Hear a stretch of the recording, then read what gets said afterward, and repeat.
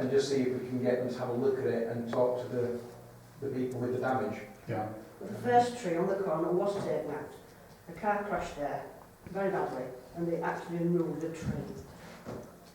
That's going back quite a few years, but they left it with me. And even the stop cocks for the water, they're all raised up. You wouldn't want to walk up down it at night, you'd break your neck or break your leg. Well, that's a bit, from a health and safety perspective, if the highway's that badly eroded, you can't get a pushchair or a wheelchair or something over it, then it's got to be made safe, I suppose, if nothing else, and that might then help to alleviate a lot of the problems and concerns, maybe. Could we ask someone to come down? I'll try and get highways to come out and have a look, and then we can meet with Andrew and the resident. Yeah, just let us 34. 34. I mean, I actually had a chat with tree guys when they turned up, as I reported at the last meeting, and they were extremely helpful. How many guys? The tree, thank you, Mr. Chairman. You've thrown me there. I had a chat with them, they were very nice and very polite about it, but I think that if we want something to happen or to be improved on, we need to get someone down there to actually see it firsthand, and ideally do it at a time when the residents are there to come out and have a conversation as well, because it's all good and well as the parish council's been there, but if it's causing damage to someone's driveway, we need that person really to be in attendance to kind of make a case as well and strengthen it. I think it's possibly too little. We need to get down. We'll try, yeah. I'll make a note. Okay, thank you. PC meeting start times. Did I propose that we start parish council meetings at 7 o'clock? I didn't know if it ever been brought up before. It was just with, obviously winter nights, autumn nights. I didn't know whether or not there was a particular reason meetings start at 7:30, or we could potentially bring them forward. And is it historic? I think Richard. You do what you will. I think Richard sent an email saying that he would be happy for them to come forward. Is that right, Steve? Do you remember? Did you see an email from Richard? He sent one. Yeah. Well, I like that problem starting earlier. I mean, Anne, you and Ernest, you've been on longest. Is there a reason why we? Well, they used to be 8 o'clock, didn't they, Ernest? A long time ago. Well, that was because of Ralph Murchison. He said he couldn't be here. Yeah, but I'm in favour of putting it. I don't like to bring 6:30 if everybody else can get here. Well, it would be if they did a public session, somebody coming to speak. Yeah. I have no objection to starting at 7, as long as that doesn't give an excuse to carry on longer. People No, longer. no. No, I don't think anybody wants that, do they? Not long as Starting at 7 won't guarantee you're going to finish early. we can try. Start at 7 and finish Good. at 8:30. Yeah, we're just supposed to go to it, Are we? Supposedly. Right. 7 o'clock it is. Okay, who will propose then a 7 o'clock start? Andrew, second. Ian, all those in favour of parish council meeting starting at 7 o'clock? Okay. For the next meeting. This is from August. From the August meeting, yes? Yeah. That meeting. Right, Streeting, walkabout. Yeah, we had a good walk. It was a lovely day. I think it took about 4 hours. So yeah, it was a long walk, but we did about just about everywhere. There wasn't any major concerns. There was, normal potholes, a few hedges needed trimming back. There was some maintenance to some benches that we sorted out, which was ours, which was his. He mentioned the trees on Back Lane, and he said they wouldn't take healthy trees down for any reason, but they would try and put right any damage that was being caused in the pavement. There were some, like Marsh said, some raised water stop taps. Well, they sort of sunk around them, yeah, so he was going to make them right. There was a few wobbly street signs, he was going to sort them out. So, but he said ours is the biggest village by far that he ever goes around. So there was a lot to look at, but there was nothing major at all. So I think we covered everything. You People mentioned. came up to see us as we were going round. The speeding on Back Lane man, yeah, he was really concerned because he was laughing at the street signs. It says the street light means 30. Yeah. He said nobody takes any notice of those. I said He said, the flashing ones that bring up the smiley face, they just go faster to make it, you know, change. I said, well, I mentioned the wheelie bin stickers that we're going to trial on High Street, and he said, because he said he was an ex-policeman as well, so he has a bit of knowledge about speeding and stuff, and he said, could we move the speed camera temporarily onto back lane? But I think it's quite a complicated process, isn't it, moving speed cameras, the temporary speed cameras. You know, because he's always, I mean, sometimes he's outside school, isn't he? And then sometimes he's out at Seaway Drive. Wouldn't be a bad idea. There's a resident on back lane. Yeah. It's like Trans Hatch, and I'm talking about 60. You know, double the speed limit. So, Yeah. So it won't be limited traffic down there. I said that we've had the things, the speed monitor things across They were there a the few years ago. Yeah, they were in there, I think. Yeah. To monitor traffic numbers, and that wasn't that related to gritting or because it was a bus route. Because there's been this ongoing thing about back lane needing to be safer generally, so gritting it, the speed issue. I think I brought up at my very first meeting, you know, the potential traffic calming measures, but you know, it is pretty full on down there. So it's just a nice straight run. Motorbikes as well are doing it as well now. That's going to look into the possibilities of getting the camera down there periodically. I thought one time the police motorcycle with its camera. Yeah, on Exeter Hill Farm entrance. Yeah. Sorry, it's used. So I think that might There's be less traffic police around these days because so I mean, if you go on the motorways, there's hardly any of them these days now. So I don't know if they'll have the extra manpower to pop a chap on a motorbike. Go to the boss of the new police forces Humberside, because they've moved to a two-shift system. We should see more people on the ground. They were in the village this morning outside the school, weren't They've they? been quite active in the village. So the clerk will look into that and see if we can get say one periodically down Back Lane. there was one other issue, if I may, that came out. This is this hedge at the junction of Back Lane and Howden Road. Yeah. I can't find the ownership. Nobody here seems to know the ownership. No, but it's almost impassable now. Yeah. Steve Atkinson or Tony Hill belongs to. Was it somebody with a name like Wilhelmina or Thompson, yeah. Yeah, we belong to Thompson, Wilhelmina Thompson's. But you see, all their relatives are out of the village. And I think that land might belong to somebody who's out of the village. Well, that Jim McGiven, he said if, because I said to him, I don't know who owns it, because the other couple of hedges that we decided needed trimming, I said, well, I know the landowner rather than, and I think it's a more friendly attitude Oh yeah. for it to come from the parish council, you know, just to like it, you know, excuse me, do you mind sort of casting a dish back a bit? But because I didn't know who owned it, he said, well, leave it with me, I'll go to land registry and find out who owns it. So maybe They we haven't just, found out either. they haven't found that. No, I'm in contact with somebody who works with Jim, and I asked again today if they can. I've basically said to them, can the use rise and cut that? Yeah. Because it's that dangerous now, and we'll see what they come up with. Ellen, ask, if I may, ask Yannick if she knows.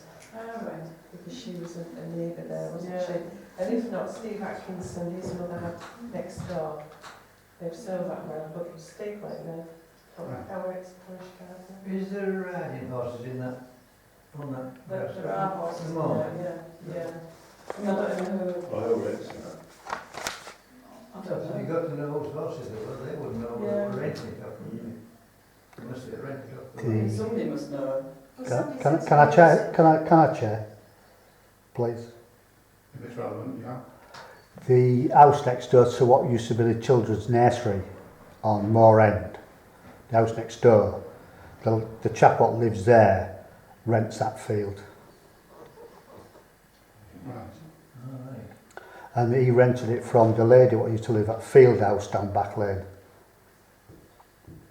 Well, I'm personally on the wiser, but would he be responsible for the hedge because he rents the field? Yeah. Right, so if anyone knows who it is and can have a quiet word or... I think it'll be someone who lives out of the village, or relative, because they have no family. I'll knock on the door sometime as I'm passing. Okay, See if I can find it. I'll make a point to sit. if you want, I'll come round with you. in case it turns out to be a big one. Right, the Yorkshire Water proposed meeting.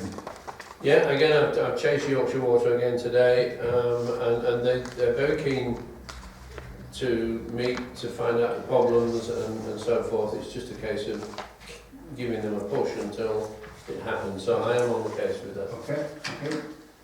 The local council award scheme. I sent out an email to everybody on that. We very briefly, we achieved the quality status a few years ago. That's now not being used anymore. And there are 3 levels of the new award scheme. And it's basically whether the parish council wishes to go down the route of reapplying on them. What are the benefits to us then? As I put in the email, there hasn't been a tangible benefit. The only benefit has been that it proves to everybody that the parish council is a quality council and is working properly and doing everything correctly. That's why the award was given. Playing devil's advocate on that, Mr. Chairman, I suppose that implies that people know that that award and that rating system even applies. I mean, I imagine that the general resident may not know that there's a quality. I mean, is there a cost to us as a parish council if we reapply? Because I think there was, wasn't there? And if we have, how long have we had it for now, Steve? Do you know? 4 or 5 years. We've not seen a real. There's nothing tangible. It was. Benefit. And what do you know? What the figures were approximately? How much was it going to cost to actually? When we applied, it cost nothing apart from time. I went through a process of getting a certificate, which the clerk had to have as part of it, and then we had to do. We had to prove various things ranging from agendas, minutes, consultation, communication with the public, etc., etc. All of that information was sent to them. It ticked all the boxes. It proved that the parish council was operating in an efficient and legal way, and they gave us the award. We would now need to apply again, and there would be a fair bit of time input to it. There would be a cost input to it, and I did put that on the email, roughly how much it would be. Obviously all those things you've spoken there, Steve, they're things that we're supposed to be doing anyhow. We are. The parish council is still working in the same way it was when it was awarded the quality status. And yeah, I'm comfortable as your responsible officer that everything is as it was. Sounds like it's, the time aspect, I don't think any of us are getting any less busy these days, so I think from a time perspective and a money perspective, we haven't really seen any tangible benefits over the last 5 years. Is it, do a lot of other parish councils have this status, or is it, I would probably propose that we don't. When we achieved quality status, there weren't very many in the East Riding. Do you remember there was? Yeah, we had a presentation. We made all of the local press and the trade press, and we were one of just a few in the East Riding. What cost are we looking at? What cost are we looking at for the renewal? The cost to go through this procedure, I know I put it. Oh, here we are. We're looking at. There's a few ifs and buts in terms of cost, but towards the £350 mark maybe. There are discounts available, but the fact that we're not members of the National Association of Local Council means that we might not be valid for the discount. So 350 maximum looks to be the top figure sort of thing. And if time elapses, can you jump in at a later date, or is it something that you've got to continue or start afresh? No, you can start at any time. Any time. Yeah. And who gives this award? Who administrates this award? I think the people that measure it are the local branch of the National Association of Local Councils. They're called Ernlicker, East Riding and North Links Local Council Association, and they measure it. And it's a quasi-government thing, all tied in with the sort of council network sort of thing. Does that have any implications on securing grants? None at all, no. Is it any benefit to us? There's nothing tangible. When we first got it, I used to write when I applied for grants that it's a quality council, and then I stopped doing it, and it hasn't made any difference at all. So that aspect of it is not relevant really. I don't see anything tangible other than it's a good thing to have, and it's proof that things are going It's a well. one-off payment. Just a one-off payment. Yeah, but that's for the foundation one. If you then wanted to go on to the second level and the third level, and of course once you've got it, you would need to keep it going. Yeah. I'm not sure how often, because we need to get to the system to find out that, but maybe every year, every 2 years or whatever, we'd need to prove again. And I guess there's cost implications throughout it. Well, what was your... Well, I think, you know, I'm thinking of personally myself, if I was paying for something or I paid for something and not seen much in the way of tangible benefit from it, especially in this kind of austere time that we live in these days with costs rising all over the shop, I wouldn't see a reason. I mean, the £350 may not sound like a massive sum of money, but the time commitment I suspect would be going into hours and hours. And you know, if it's Steve's time and possibly the chairman or other councillors' time, I would propose that we don't need to continue with it and leave it at that. So you're proposing I would that, have to councillor? propose that. Yeah. Anyone would like to second our suggestion that we don't take it up? It's been seconded.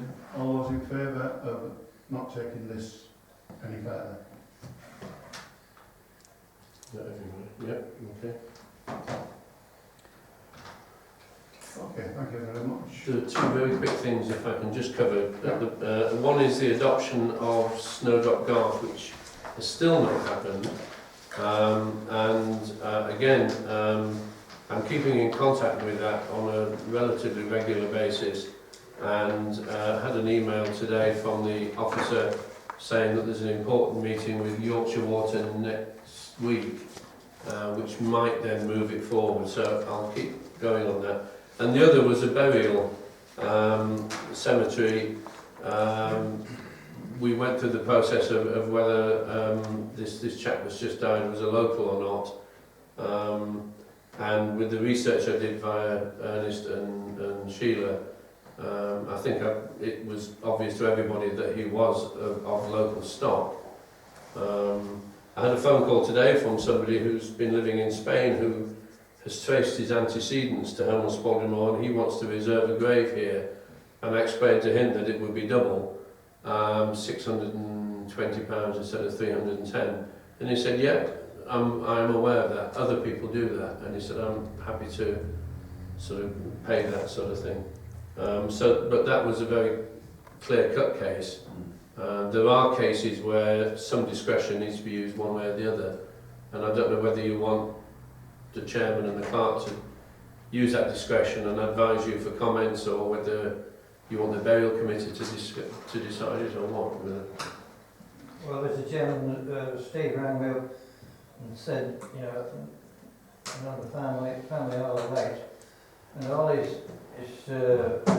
relatives are buried in the graveyard, and also they have two relatives who are capable of doing work, and they've done a lot of work in the graveyard. And there's an area there, what's near the disposal, you know, to cement where they dispose of all the rubbish.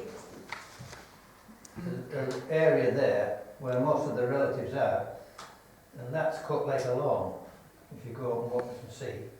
And those are his relatives who do that.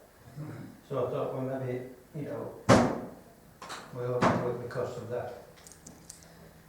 Do we have anything in writing that just, because there was only a bit of confusion I saw from emails, was what do we class as, well, how do we define someone local? Is it parentage, or where they lived here initially, where they were born? Is it if they've got relatives in the graveyard? Is it if they live within 3 or 4 miles?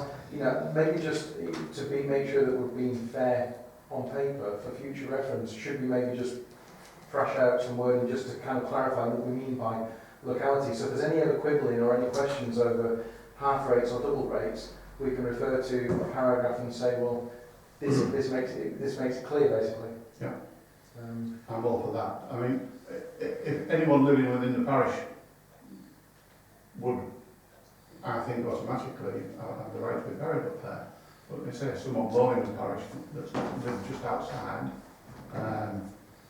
if we put something down on paper that can be referred to in the future, that's probably a very good idea. Maybe the burial committee should meet. I think, sorry Mr Chairman, but I think what Steve said, I think in these circumstances there certainly has to be a little bit of discretion, because there might not be such a thing as a cut and dry case of what you're trying to say. Okay. That's my, and I think it's a very, it's not a nice time, it's not a nice time to be sort of sticking to rules when it comes to sort of having to bury somebody, is it? You know, I think you have to show a bit of compassion really, and show discretion. See, there's quite a lot of relatives still in the village. Yeah.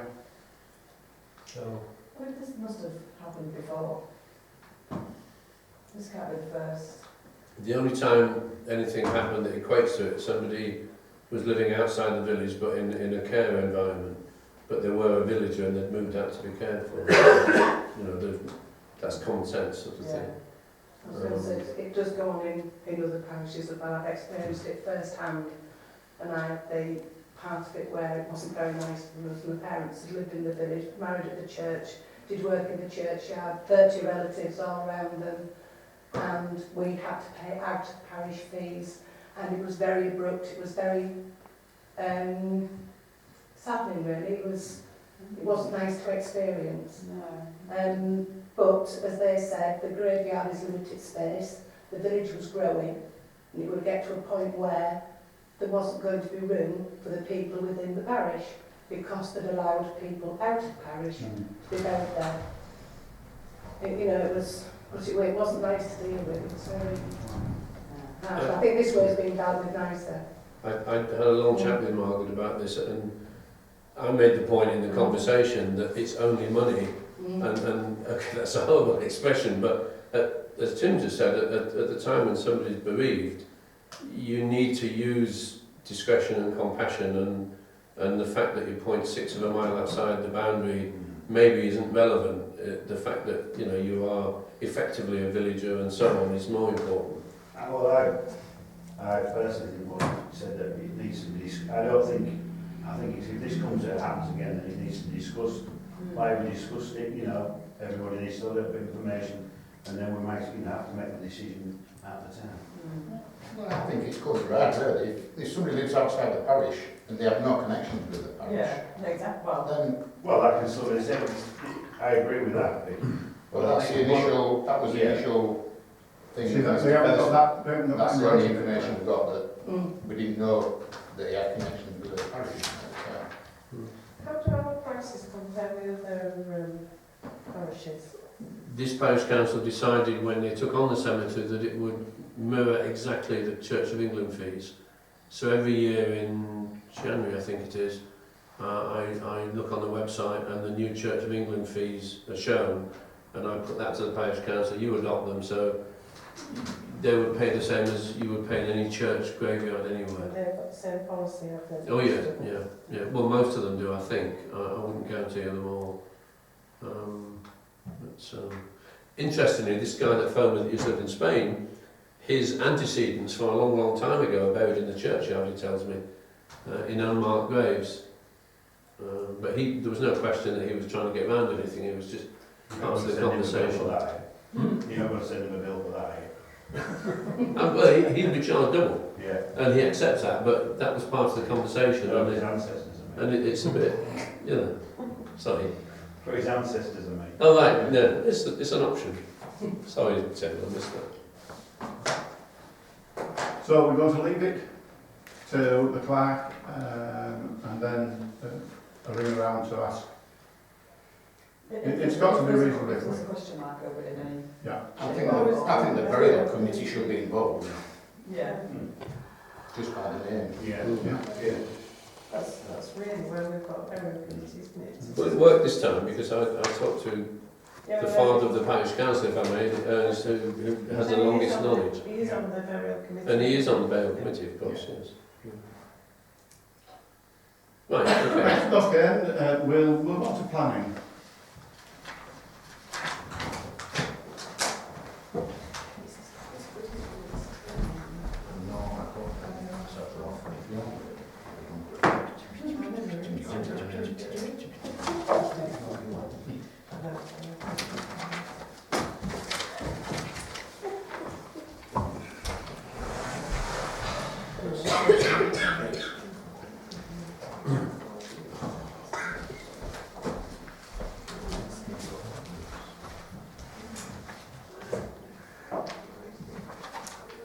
Right, the best application tonight is for the erection of a two-storey extension and porch canopy to the rear of Willowgarth 79 Back Lane, Horsford in Moor.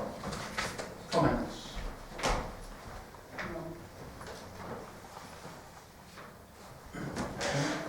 It says 70 on the F80, it says 79, that's Definitely says 79 here. Is it? 70? And on the actual application. 70 on the... Sorry, have I put something wrong on the... Yeah. Yeah. Well, I wonder, because this new system, I'm getting all sorts of notifications, and I wonder whether I'm Yeah. copying it off one. 79. Yeah, 79. Yes. Oh, no comment?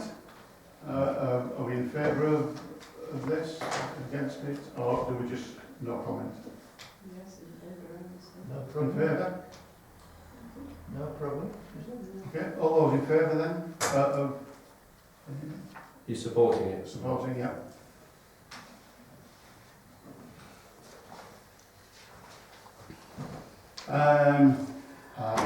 The display of one illuminated fascia sign.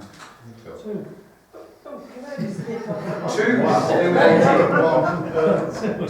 Again, I'm sorry, I don't know what's happened there. There's something... You're drinking something nice at the time. Believe me, people. You're on the cider. Could we stipulate that they're not garish colours? Yeah, Because that one that's up there at the Indian doesn't do Main Street any favours Is whatsoever. that the green one, isn't it? Yeah. Subdued. Super. Any other comments apart from the fact that we asked for it to be subdued colours? I agree with that, I was going to make that comment. Yeah. We do not want any more garish, No neon colours. awful colours. Okay. Are we all in favour? Well, are we in favour of the thing going up? There wouldn't be a possibility of them keeping it blue, would there? Are they going to keep the shop front like it is? All right, I don't know. Are we going to have to apply for permission to change the shop front? They will do. The wood is not very nice, they were going to paint. Just it's paint. So if we They were going to alter the appearance of it, wasn't that? Yeah. Yeah, I see, so it's just the illuminated sign. Yeah. You would say if the East Riding are minded to approve this, then the parish council would wish the colours to be Subdued or not blue? garish but subdued. Yeah. Fitting with a subdued. rural location. So they'll match the one next. Not yet, Not like that. company within. Okay. Do we know what's actually going to be there, just out of curiosity, at the old post office building? Give Adam Peters. Mr. Todd now. He has a one in your bag, doesn't he? Is it? So I'm going to say he's very successful, so I've been told. Oh. So, Or do kebab lovers? You're in for a choice. Right, the next one is the conversion of a redundant barn to two holiday lets following the demolition of the 4-yard roof and attached lean-to. This is at Major Bridge Nurseries on Selby Road. Thanks, Mike. Well, it's a resubmission, isn't it? So isn't it the same comments as we had last time? it was made basically to do for a bat survey. Yeah. Yeah. That's right, that's a resubmit, so. So same comments as last time? So what were the Yeah. comments last time, Mr Chairman? We supported. So, Could I, since the agenda went out and before I was able to, another application for the same site has come in, and this is the erection of an extension to existing dwelling and new double garage, including extension of residential curtilage onto agricultural land. And my understanding is that they've had to apply because they're wanting to change part of agricultural land to residential to be able to site, I think it's the garage. Now, you can't officially comment on that tonight, but you supported it, I think, last time. You would need to have a separate planning meeting to discuss that. Can we nominate something to this one? The meeting would need to be a new parish council meeting that's agendas and notice and all of that. That's only just come through, or you could Oh, we'd better do it now then. let me know. can't we just put that into the next? Yes, it's the next Can't one. Is there any rush? They need to reply by the 3rd of August, Oh, and the next meeting is quite late on in August, it's 20th?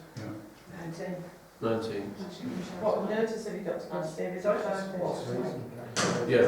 Basically because where she had the garage, she's going to go maybe 2 metres into. I don't think we've got a meeting planned between now and the next meeting, This week, is it? Because it's not been put on the agenda. Oh, right, okay.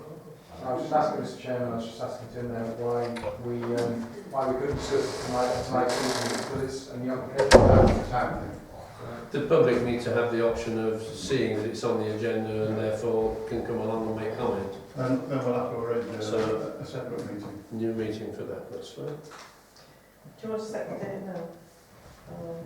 See as everybody's drifting Yeah. into holidays and things. Holiday, what's a holiday on? Don't know, I might find out. 2008 was my last one. When you do, let me know. We can do it one day next week. Next Wednesday's the Driffield show, and I know people like to go to that. Thursday the 23rd? Is that okay for everybody? Or is, I can't, I don't know. And I'm really interested in it, so really that's. well, you can still come, it's non-pecuniary, yeah. Yeah, I could do. If we do something next week, I'm moving into brand new offices, so there's a chance I might be able to make it, but I'll do my best to make it.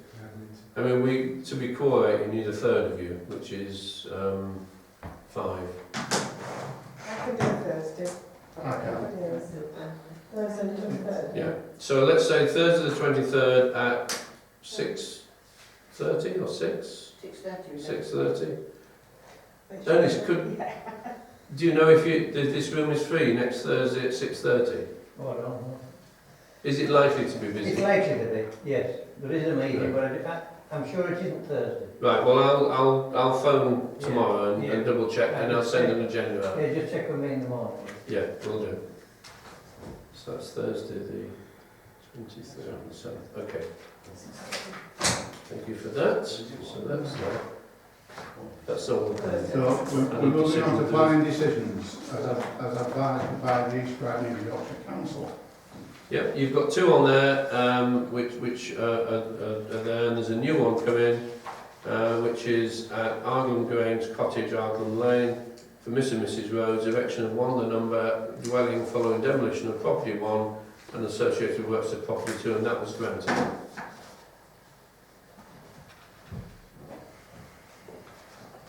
Right, accounts then. There was the electronic. Electronic working please. planning service. I sent information out on this. Sorry, this is taking a bit of time. Andrew's been very good. He's looked at what we might do, and as I think I hope I've explained to you, as of the next month and the next meeting, we won't have paper to put on the side. You've now got information how you can look on the East Riding public access site, and if you go through that, then you'll see all of the plans the way that you will see them here, so that will be quite useful. But obviously, for meetings, we need to have the ability for you to be able to look at things, to question. And so Andrew is looking at ways of doing that. We need internet access. We need then a laptop to download to. We need to move that to a projector and project it onto a screen. Am I doing well? Yeah, very well. Thank you very much. Ernest has kindly found out that the church has a projector and screen, and they're happy for us to have the loan of those at meetings. I'm not going to work it. Andrew can sort out a laptop. The only problem seems to be is getting internet access. Andrew. Having had a look at it, I've logged into the planning portal. It's extremely straightforward to log into, and if anyone has any trouble with it, I said to Steve, I'm more than happy to bring my laptop down to a Saturday surgery, and they've got Wi-Fi there. I can sit for 20 minutes and just go through it. I mean, it'll take 5 minutes. There are some benefits to looking at it online. You've got the ability to zoom in on plans, which obviously you can't do very easily with paper plans. The main sticking point at the moment isn't necessarily the technological. From a projector, I've got a cheap and cheerful spare one that could be used for a period of time. I think there is one here and a screen that Ernest has said that we would be able to utilise. The problem is internet access. We have got the ability to download the information off the website, but there's no easy way of doing it. It's going to be a manual process, and even with just the limited number that we've had on there to discuss tonight, you're probably looking at a good half an hour, 40 minutes work for someone to literally download all the attachments, copy and paste all the text because it's in different locations into a Word document, and then bring that and print it off and I'll put it onto a laptop. So the other alternative is to have live internet access here, and the problem we've got here is there's no Wi-Fi. I've got my laptop there tonight to check. There's no Wi-Fi range. There is one, but I think it's a residential one. It's got one band of signal. And just before the meeting, I was saying to Mr. Chairman and Steve that one of the options would be if there's a phone line in village, in here, in this building, it may be that getting broadband on there may be an option. Obviously, that would be a cost of the parish council. Well, there isn't a phone line in this building. There's no phone line. No. So we're limited. I mean, there are dongles, but as a village, Market Wheat have just been upgraded to 4G. And for those who aren't particularly into the technical side of things, when you connect to the mobile network to get internet access, there are 3 types: GPRS, 3G and 4G. 4G is the latest, so it's nice and quick and fast. It's equivalent to fast broadband. What we've got at the moment is GPRS, and that's pretty much good for nothing. It's good enough just to send some emails, but you're not going to be able to download plans. So even if we had a dongle, we're going to struggle to get internet access here. So my suggestion to Steve, and again this may be my naivety as a new incumbent parish councillor who's only been on parish council for a number of months, do we have to review the plans here when we have a meeting, or can everybody review the plans from the comfort of their own computer over the course of the days beforehand? Because, as I said, the actual interface and things is very straightforward, and there's a lot of fringe benefits to being able to see the plans, but actually being able to do it here in a meeting, unless Steve or someone else is going to spend an hour or longer.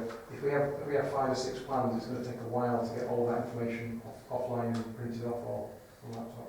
I always look at them online, Andrew, before we come to them.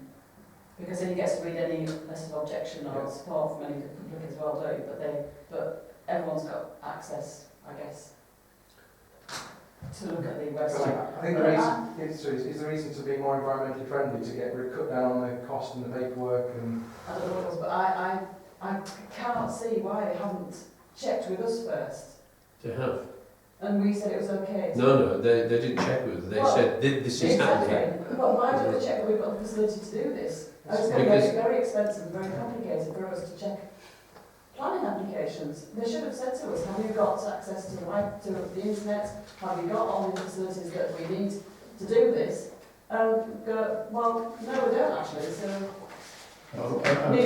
we're not in the worst position as far as access goes. So what is the position with other villages that be meeting in buildings similar to this? Steve, what are the other?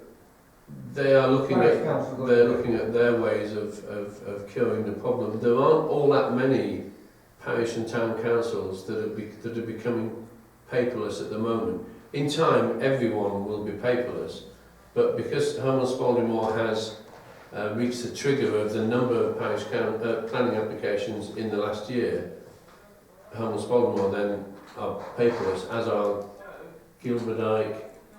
I can't remember the others, but there were quite a few at the meeting we went to. You're right in what you say. They have said this is going to happen on a cost-cutting basis. We will support you with as much help as we can give you. They have a refit department which they'll sell us low-price laptops, but Andrew can provide a better one at a similar or better price. I've got loads of laptops kicking about and I can cobble something together and it will be twice as good as what's available. One point, Mr Chairman, if Central Council, East Riding Council, are taking the facility away from us, then surely we can appeal and say, okay, if you're taking it away, give us the digital equivalent of it. Now, I said it was very difficult. It's a manual process to download all of the information from the website at the moment. If they cater for parish councils like our own, where we don't have Wi-Fi access, readily available internet access, if they give us the ability to click on a button and say, download that one, that one, that one, and that one, and it put it all into a PDF document, it could be a 2-minute job. If they're going to take away the paper plans, why don't we put the onus back on them and ask them to provide us with, it shouldn't be that complicated for someone to work it up and program it. Get them to give us a facility to press a button and download each application in 5-10 seconds. We can put it onto a laptop, we've got a projector screen, we've got the ability to do it, we do it offline without the internet. If they're that keen on taking it away, maybe we should ask them to just give us the same facility to download it easily, a one-button download of each planning application. And I'm sure that would benefit a lot of other parish councils who are probably in a similar position that will eventually hit this trigger point. Yeah. You know, it's probably a good argument to make. And in the meantime, until they do that, why can't we ask them to keep providing us with the paper plans and explain that we have no internet access and no ability to view them offline, maybe? Yeah. I mean, they should have had more than one trigger for people going paperless. I mean, they should have said, right, okay, you have a lot of plan applications coming through. Just double check that they've got facilities to, you know, for Wi-Fi. I mean, a lot like rural parish councils and regionals and places like this. So we're not in the worst position. There are councils that They're offline. 2 houses in the village we've got can access Wi-Fi. And Exactly, like we have the GPRS, which Andrew said was a bit It worse. may be they've got that set up and I've missed that. I've Let me examine had that. a look and I couldn't see it, Steve, so I don't think the facility's there at the moment, but It might be on that that. seems to be the biggest, I think the biggest sticking point to this at the moment. I don't think it's fair for us to incur the cost of having to put a phone line in, or put broadband in, or buy dongles. A laptop, yes, and even a cheap and cheaper projector, which we've got access to. We just want the facility to press a button and easily download it offline. I don't think that's too much to ask for. It's all right, never saying it's cost-cutting for them, but it's not going to be very cost-cutting for us, is it? Right, what's the cost down? What difference does it make? And Steve, None whatsoever. if you want to copy me in on, you want me to Oh, yeah, don't worry. If you want me to start taking with someone, no, I will make sure you're copied in, yes. no problem, I'll happily talk Thank to you. After we've done all this, do they take much notice of that? They don't. Yeah. Look what he was on down here with we passed and turned it down. If they say What no, council? do we have, Yeah. do we have any other options, by the way? If they say no, we're not doing that. Fan next door. Can we feel it? You can say no, and that means you won't then be able to look at plans at the meeting. Right. My concern as the clerk is that yes, Helen's right. You look at it at home, and that's probably the best place to look at it. But when you come to a meeting and Helen says Did you one, say Yeah. and Ian says 3, you need to be able to resolve that. You know, and that's the only way to do that. So, oh yes, actually, it is Ian or it is Helen or whatever. And that's the reason you need sight of. You can't remember everything that you read No. or looked at. The only other option there would be to move premises. Somewhere that's got an internet connection. Yeah, that's a possibility. Or if have we got the ability to print A3 on a photocopy? So, Can we print A3 on